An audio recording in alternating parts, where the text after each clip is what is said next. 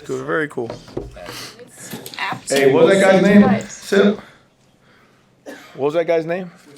I don't know. I saw the tweet on there. What that guy's name? I don't know what you're talking about, bro. Mike. His name's Mike. Mike. That guy. Oh, Mike. Oh, yeah. Mr. Hawk. All right. Hey, let's go. It's out there. Yeah. Be careful. I need help. Questions? Funny. How much more do you feel like is just left for your defense to get here in this last game? A lot. You know, I mean, you got Ty, Nash, those old guys know that what this game means. So, you know, there's a sense of urgency to make sure we do things the right way. You know, it's a new feeling, right? Because of what happened last week, the opportunities that have arisen. So, it's just, again, part of the process, part of learning. You know, there's a lot of things going on, right, with the Thanksgiving and then playing early, the short week and all that stuff. So we're just going through the process with that. Tony, all those seniors on your defense, what's their leadership meant to you to stay together through the last month and emerge and Saturday and moving into this last regular season game? What is their leadership meant? Yeah, I mean, it's meant a ton, right? Especially, you know, everybody can be happy and doing things the right way when everything is positive and you're winning. And then when adversity strikes, that's when you really see, you know, what people are about. So having that leadership, having those guys go through the ups and downs and all that kind of stuff for this program, for each other, it paid off with the way they played. You know, they played so damn hard. I mean, there was plays out there where, you know, guys are double teamed and they're throwing guys off and fighting like heck to make a play. So it was really cool to see those guys and the joy they had after the game. Iowa's run game's first in the Big Ten, pretty talented. How do you slow a team like that down? Oh man, they truly are. And I mean, when you go back and really watch the film, they are good at what they do. I mean, the offensive line is excellent at blocking and sifting through all that stuff, all the movements and the back. I mean, he's as elite as they come, you know, in terms of breaking tackles, staying on his tracks, got great vision, and then, you know, he can put a foot in the ground and plan any which way. So it's gonna be a great challenge, right? That's what the Big Ten's about. It's gonna be a great challenge, and we got to make sure that we tackle well, that we play with dominant contact, and get a lot of bodies around the ball. Have you seen the guys up front sort of embrace that challenge, knowing they're facing one of, if not, you know, the second best running back in the country? Yeah. You know, again, you turn on the tape and you look at the things that they're doing and practicing, and the stuff that T-Knight's having them key on and all those things. It's been a good week of preparation so far. You know, and a good week of preparation, embracing the process gives you a chance to go out there and play well. You know what I mean? So right now, just looking schematically at some things, making sure we have our numbers correct, and then getting them emotionally ready to play the game.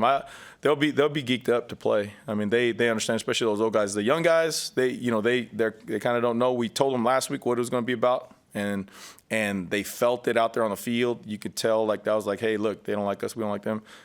You kick it up a notch for this game, right? Like, so they understand. Those old guys understand, and the young guys, they're starting to feel like how serious this game and what it means to Nebraska.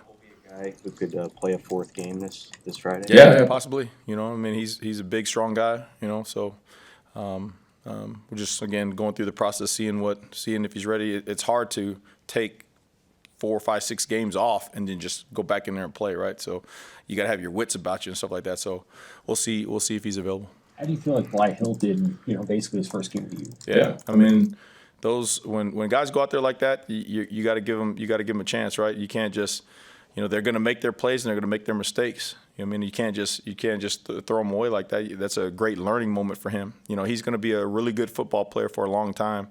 And I remember some of the best defensive backs that I got a chance to coach, you know, early on in their career, playing-wise, they gave up a lot of plays, you know what I mean? And then they just learn through experience, through training, you know, being in the moment. They learn in those moments, and they become some of the best on the planet. So he'll be that way. You know, it was good to see him run around, good to see him not worry about, you know, his hamstrings or his knees or anything like that. So now it's just a matter of him game speed and all that kind of stuff. We've asked you a lot about Sear, right? But I guess he was sick Saturday. What do you think? Just, you know, fighting through that. Tough as nails. I mean, he was sick. A lot of guys were like that. You know, a lot of guys had missed some practice. And like you could see it that that they were fighting like heck, man. Like on the sideline, you could just see that they were just drained, and all of a sudden they're running back on the field and making plays. You know what I mean? So that's something that's Nebraska. That's the culture, and that's a testament to those guys' willpower, because they were truly feeling under the weather, and they went out there and played for their teammates. So it was good to see. Largely over now? I mean, is there still any lingering sickness? Oh no! I mean the plan from Coach Rule and Chris and Drew and those guys in the med staff. Those guys trying to stay ahead of those things, making sure the guys are being hygienic and washing their hands and kind of things like that. I think those things are played key into keeping that sickness to a minimum.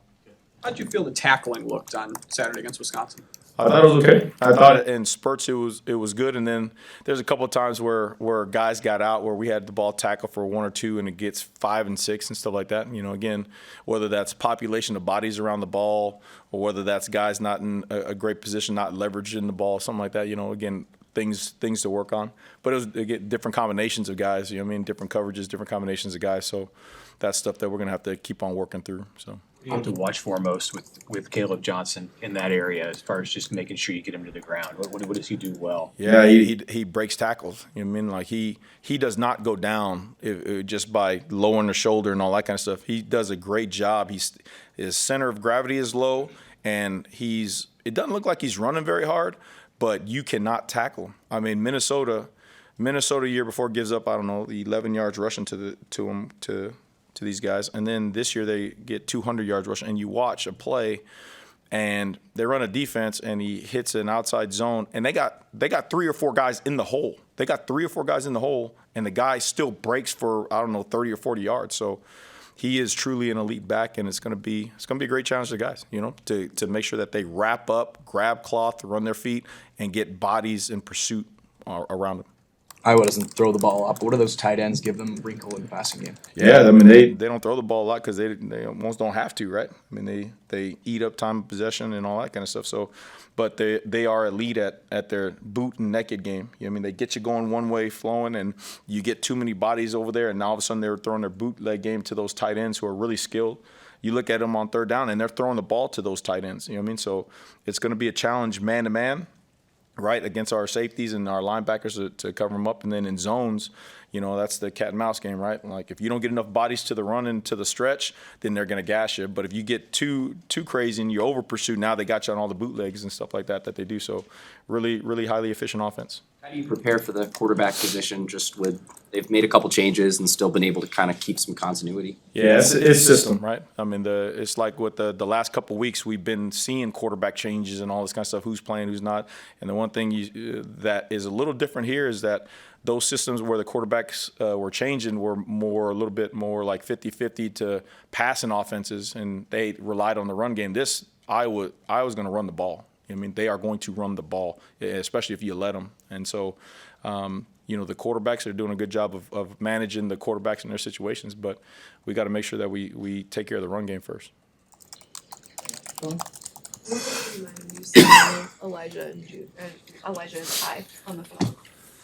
Yeah, I see them practicing. I don't know what plays they're running, but I'm just waiting to see if they ever get the ball. You know what I mean? Because they all think that they can score touchdowns and do all this kind of stuff. T Knight has them catching balls before in the pre-practice drills and stuff, and the first thing they want to do is go over there and say, "Hand me the ball." But I saw the replay of Ty hitting, I think, their outside linebacker on the goal line there, and he didn't get up. He did not get up. So that's kind of old vintage, like, hey, we're running the ball. We know you know that you're running the ball. And so, like, it's man on man. So it is awesome to see those guys get over there and play both ways. So it's cool. How much do you enjoy just being part of a big Thanksgiving weekend type of game, trophy on the line, all that stuff? Yeah, this is college football, right? I mean, Black Friday, Thanksgiving, national TV. You got a rivalry that's one of the best in college football. Like, this is college football. And this is why you come to Nebraska. This is why you play in the Big Ten. Like, this is truly historic. So I'm gonna soak it up. I might have some gloves on, but I'm gonna soak it up. So. Tony, just what was Saturday like for you? You mentioned the different feeling this week, just getting a chance to see the guys and getting that 6th win. Yeah, it's pure joy.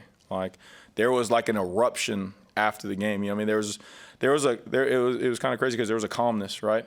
The guys cheering on the offense, the whole team cheering on the special teams. I saw the offensive guys cheering on the defense. There was like this, I don't know, there's just like this air of you know, confidence and want to. And, you know, it started back from coach's first meeting, you know, about going out there and putting yourself in position and practicing those things in the process and having confidence to go out there and do those things on the field. So when it happened, you just felt like, wow, this is it. This is what it feels like, right? This is it right now. So it was great to see those guys run straight over and grab that trophy. You know what I mean? It's just see the smiles. Like you saw guys crying. Deshaun was crying. You saw GIF, you know, with his hair flowing and stuff like that, crying. And you know what I mean? Like that's joy, man. That's what you coach football for.